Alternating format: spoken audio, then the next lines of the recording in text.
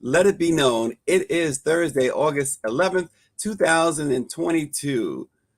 Before hip hop star Ludacris was granted full custody of his infant daughter in 2015, the judge questioned the Atlanta-based rapper about lyrics to the song Dirty Dancing featuring Chris Brown. The judge, Dorothy Downs, read the entire second verse of the track aloud for the court at the urging of Tamika Fuller, one of the mothers of Ludacris's children. Ice-T's heavy metal side project found itself in hot water with their 1992 song Cop Killer after numerous law enforcement groups and even politicians like President George H.W. Bush and Tipper Gore attacked the song for its anti-police sentiments. Although the track was later removed from the group's album, it was still released as a free single. Perhaps one of hip-hop's most infamous legal cases, Florida Governor Bob Martinez banned the sale of Two Live Crew's 1990 album As Nasty as They Wanna Be over the single's obscene lyrics. Eventually, after the arrest of a record store clerk and members of Two Live Crew, the law was overturned by the U.S. Court of Appeals for the 11th Circuit after Dr. Henry Louis Gates Jr. testified in support of the group. And of course, in 1989, NWA raised the ire of law enforcement agents across the country with their song, F the Police. The situation peaked when the assistant director of the FBI sent a letter to the group's label, Priority Records, accusing them of endorsing violence and disrespect of police. Now, today, as hip-hop stars Gunna and Young Thug face racketeering charges in Georgia in a case where observers believe the rapper's lyrics are the primary, if not only, evidence against them, a new bill is proposing to sharply limit rap lyrics from being used as evidence in court. It has now reached Congress. The Restoring Artistic Protection Act, or RAP Act, was introduced in the House of Representatives by Congressman Hank Johnson of Georgia and Jamaal Bowman of New York, amid growing concerns over lyrics being used against artists in criminal cases. Aimed at amending federal rules of evidence laws, the first of its kind bill seeks to limit the admissibility of evidence of a defendant's creative or artistic expression against such defendant in a criminal proceeding and for other purposes. We'll be joined shortly by Congressman Hank Johnson, and also we expect to be joined by Congressman Jamaal Bowman. But first, a couple of headlines to start your day.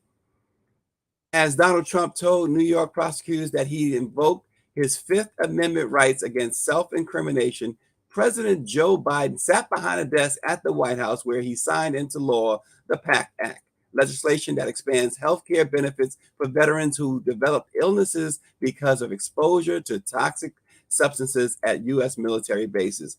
The subject of an FBI search, the January 6th hearings, and civil and potential criminal investigations in Georgia and New York, Donald Trump pleaded the Fifth while being deposed by investigators for New York Attorney General Letitia James as part of a 3+ year investigation into whether Trump and his organization misled lenders, insurers, and tax authorities by providing them falsified financial statements. Meanwhile, Biden's presidency is enjoying a resurgence with the signing of the PACT Act, the passage of the Inflation Reduction Act, and other accomplishments like the American Rescue Plan and bipartisan infrastructure bill.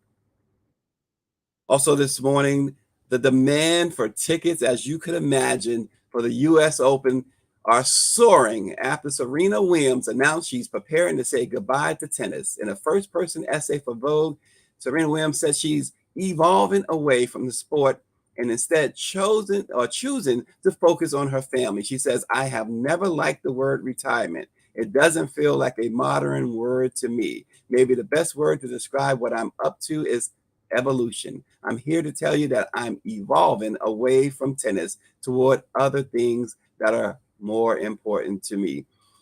The U.S. Open begins August 29th in New York. We'll see how Serena's final act on the tennis court will turn out, but we're sure no matter what happens in New York, Serena will always be remembered as perhaps the greatest tennis player of all time. And we're talking whether you're male or female. Now, the RAP Act, which stands for Restoring Artistic Protection Act, aims to protect a musician's right to creative expression. Let's bring on the two congressmen responsible for this act, Congressman Hank Johnson and Congressman Jamaal Bowman. Good morning, gentlemen. Good morning, Good morning. Stacey. Good to be with you. Good to see you both. This situation, we've seen time and again, and we'll start with you, Congressman Johnson. We've seen time and again artists, lyrics, particularly hip hop artists, lyrics being used against them, whether it's a criminal trial like we see down south with Gunna and Young Thug, or a civil trial, as we talked about at the top with Ludacris and a battle of custody of his child. What spurred, Congressman Johnson, what spurred the putting together of this act this time? Yeah, I've been thinking about this since 2019 after I got a call from 21 Savage's lawyer on the Sunday morning Super Bowl, actually, 2019. And 21 Savage had been arrested the night before by ICE officials.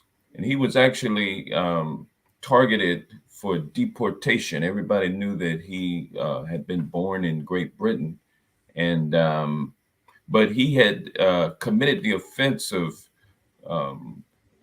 rapping about immigration policy, and he had been on Jimmy Fallon's show maybe about 6 nights before his arrest.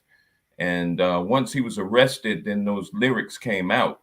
And so he was targeted by the Trump administration for deportation because of his lyrics. And so I started, that was the first opportunity for me to understand that this could be a problem, but I did not recognize it as something that was endemic or systemic until later. And once I did, I started working on this legislation, and there was legislation passed in the New York Senate that really inspired me to get moving on this. And then I found out that my brother Jamaal Bowman up in New York, which is where hip hop actually, that was the genesis of hip hop in the Bronx, New York. And I, when I found out that he was working on similar legislation, we ended up working on this legislation together. And so that's how it happened. Yeah, and Congressman Bowman, obviously, Congressman Johnson got it right. New York is where it all began, and also what's going on in New York now. I mean, we are getting close to the completion of the Universal Hip Hop Museum in the Bronx. So I know you've been heavily involved in watching over that project as well. But why is this a good bill, Congressman? It's an essential bill, and it's long overdue. I remember, growing up as a kid and watching what was happening to the 2 Live Crew's music being banned from stores nationwide. And I remember the attack on NWA's F the Police song. And I also remember the attack on Ice-T for the Cop Killer song. Listen, the First Amendment of the Constitution grants the American people freedom of speech. This is an attack on freedom of speech. Without freedom of speech, you do not have a democracy and you do not have freedom. This is also another attack and criminalization of Black men, because as you alluded to in the opener, we have seen rap lyrics used to convict, indict, criminalize, defendants, so-called defendants, hundreds of times over the last several years. And when you compare that to other genres of music, there's no comparison. Maybe only a handful of times have we seen this happen in other genres of music, and all of those times were thrown out. So, Young Thug and Gunna's case, the national attention it's gotten is the reason why this is so timely at this moment. And Brother Johnson and I are hoping that our colleagues get on board, co-sponsor this legislation, and let's move it as quickly as possible. Because if we allow the criminalization of free speech, that's one step closer to us losing our democracy And we all know what we went through January 6, 2021. Well, along those lines, Congressman Johnson, as Congressman Bowman just talked about, the losing free speech, we know that there's been an attack on many rights of late, and so free speech is extremely important. Can you ever imagine where using lyrics, though, would be appropriate in a civil or criminal procedure? Well, this legislation would allow the use of lyrics if the prosecution could first convince a judge by clear and convincing evidence that the creative expression, because this is not just about lyrics, it's about creative expression and artistic expression. But if that creative and artistic expression, court prosecutor would have to show by clear and convincing evidence that the creative expression referred to specific facts of the crime alleged, and that the artist meant for that creative or artistic expression to be taken literally or to be taken as true.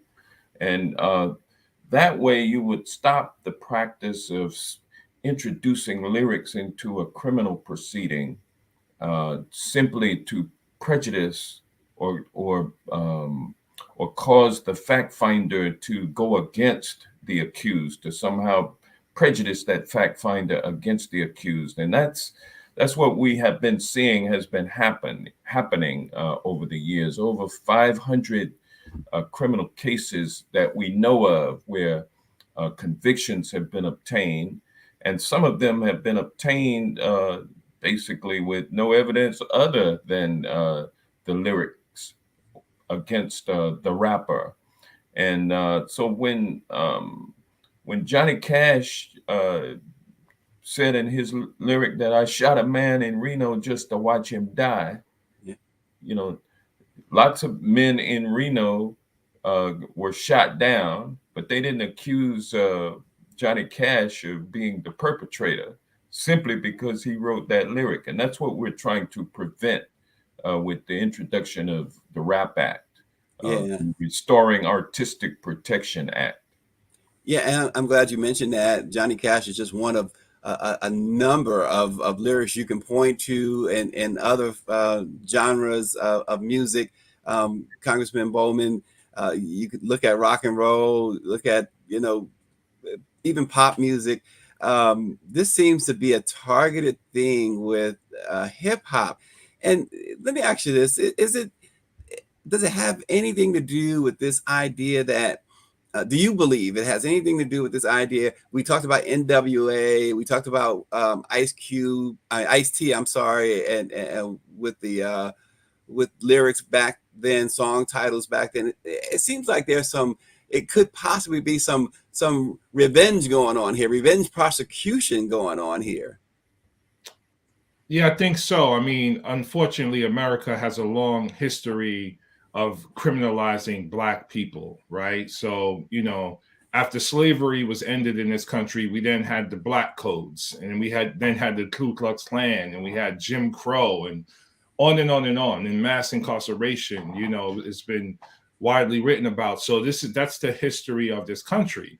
And hip hop in and of itself has been a way to resist the mass oppression and mass targeting of Black people. And so the speaking out against that oppression, again, is a fundamental right in our Constitution.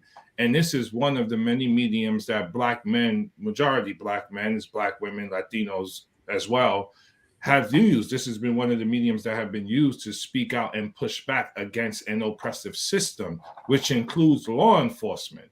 So absolutely, this is law enforcement's and the judicial systems and the overall political system's way of continuing to make sure a particular group does not push back and resist against a system that has been oppressing it. Hip hop has always been about knowledge of self, political and economic power. I was raised on a culture, and I learned about my history and culture, and I became empowered because of what KRS-One and Rakim and Chuck D and Brother J taught me about myself. And democracy is a very fragile thing, and freedom of speech is a fragile thing. If we don't protect it, it will be taken from us. So this is Brother Johnson and I and many others across the country. This is why we're fighting back so hard.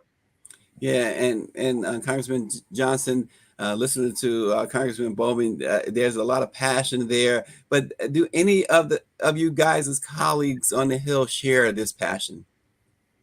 Well, we're going to find out, and I'm sure that there are many. But this bill was just introduced a couple of weeks ago. We haven't really had a lot of time to accumulate co-sponsors on this legislation. So we're working on that as we speak. And but I'll tell you, we have a long history in this country of Black people being brought to court, and you could just say anything about them. You could call them the N-word. You could you could make so many racist references with impunity. But now things have evolved to the point where you can't do that anymore, but you can, and sometimes it's done by prosecutors who should know better. But you use those rap lyrics. You take what the rapper is saying, because some rappers, you got all kinds of types of rap. Take trap music, for instance, and rappers are talking about things that they may or may not have done. You don't know whether or not that artist sold drugs and cooked them up in the pot and distribute them on the street. Although they talk about that, and they out rap each other, one up each other with another rap about what this one did, and then this one did that, and each rapper is basically engaged in fantasy, but they're talking about real stuff that happens in the community. But that doesn't mean that they intended for their lyrics to be taken literally as meaning that I am a drug dealer and I did this, that, and the other. And so there simply have to be some guardrails before we allow rap, or before we allow creative and artistic expression to be introduced in a court of law against the artist who generated the creative and artistic content. There's got to be some guardrails, and that's what this legislation will do. Yeah, and I'll piggyback on something Brother Johnson just mentioned. He used a key word there, fantasy, right? So we've been talking a lot about freedom of speech, but hip hop is also literature. It's also fiction and nonfiction. It's also poetry, right? And in poetry, you use the content that you are familiar with, which is where the communities where the rappers come from. And then you use metaphor and simile and personification and other literary tools to tell stories and share ideas and experiences. That's part of literature. How, if we're not criminalizing Stephen King, we can't criminalize Kendrick Lamar. I like that. Man, what a line there. But also you mentioned, you talked about literature, you talked about educational, and we see critical race theory, as they call it. It's been eliminated. You can't talk about history at all. And you said, Congressman Bowman, and I agree wholeheartedly, when you mentioned Chuck D and Rakim and the ilk, we do those lyrics. Certainly back when we were coming up, learned a lot about our history that now is banned from schools. Does that play into this? Oh my goodness. Akibulan was the original name of Africa, now stripped of its fame. Egyptians knew that in ancient times, Egyptians developed all sciences of the mind to the point where they ruled the planet. But Rome, Greece, and Persia wasn't having it. So this is KRS-One in the song You Must Learn. Literally in one verse, he gives me a whole Black history curriculum in one verse. And through that verse, I learn about who I am. And again, I'm empowered to navigate a space which is often controlled by white supremacy and European settler colonialism. So rap has been part of sort of the rebirth of Black civilization here in this country, when our history and culture was taken from us and stripped from us in the school system. I didn't learn that in the school system. I learned that through hip hop. So that's another part of the conversation that we absolutely have to uplift. How are young Black people going to learn about their history? This is taking away one way that they're able to do that. And they do it in a way that is culturally appropriate and acceptable to our people. We know how to talk to each other, and we know how to get a point across. And particularly as we are younger, we kind of talk in code. I'm saying we, because I'm no longer a young man, but I used to be. But we talk in code. We say things that only we understand, and those who are outside may be perplexed about. But we've always had to survive and communicate under duress and achieve survival as a result. And so rap is, it's a part of our culture, and it should be accepted in all sectors of society as such.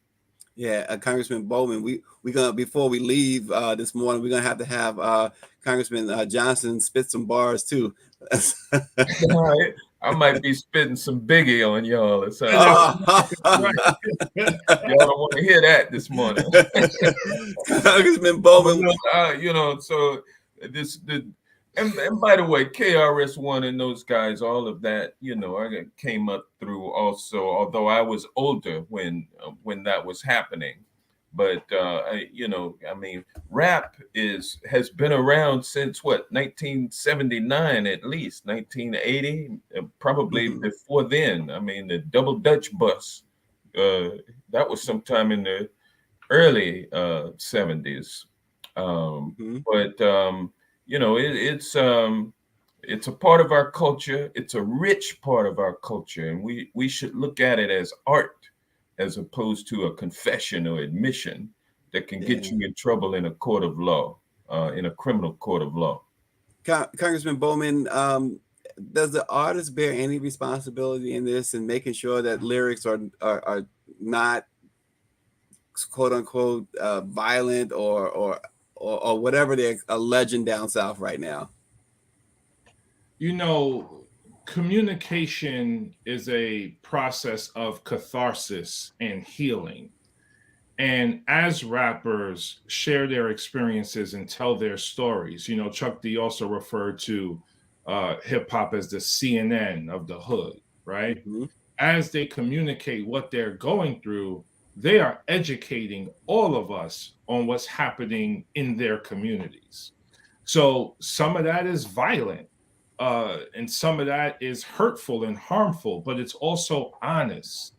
And how are, representatives like Brother Johnson and I going to ever work on policy that can transform their communities in a positive way if we don't know what's going on in those communities?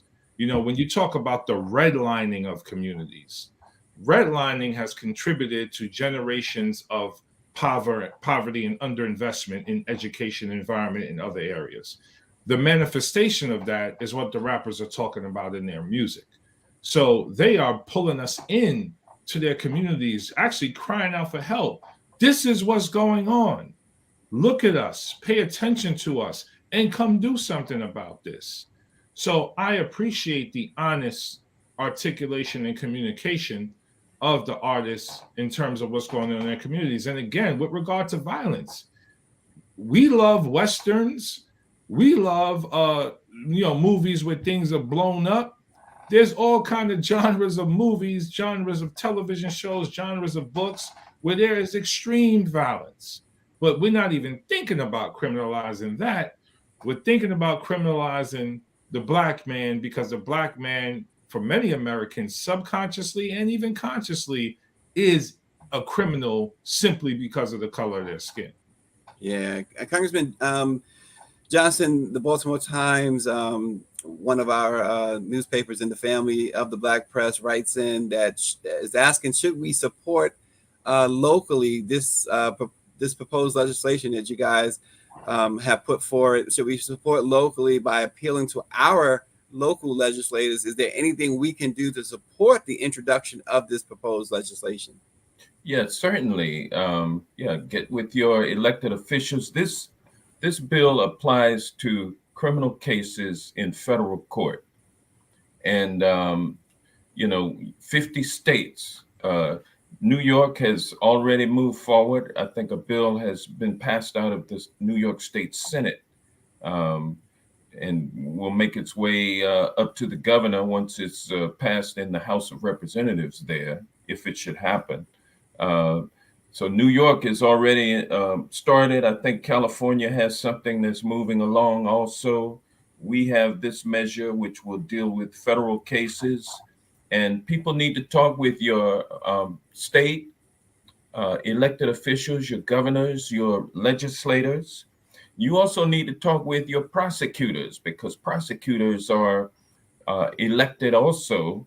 They're elected countywide, and this legislation is something that should be raised with those local prosecutors so that they can start to understand. Many of them don't, so that they can start to understand the difference between an admission or a confession that somebody makes orally versus lyrical content in music.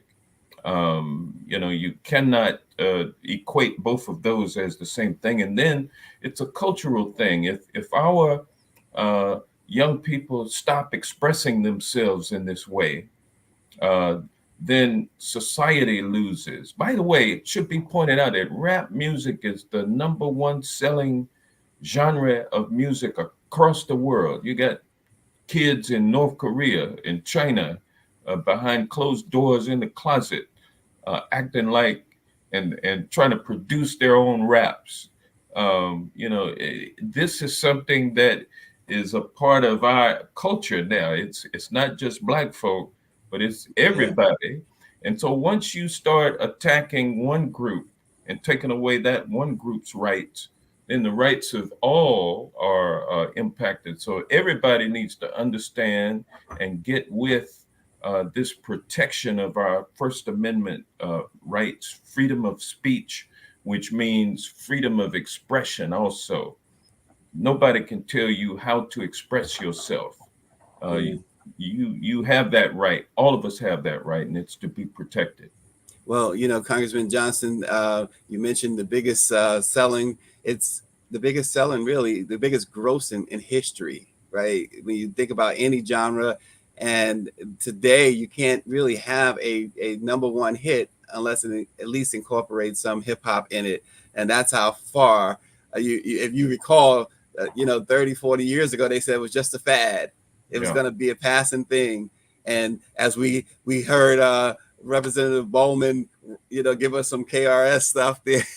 You're right. You can go to Japan, anywhere. Somebody is, as we say, spitting some bars.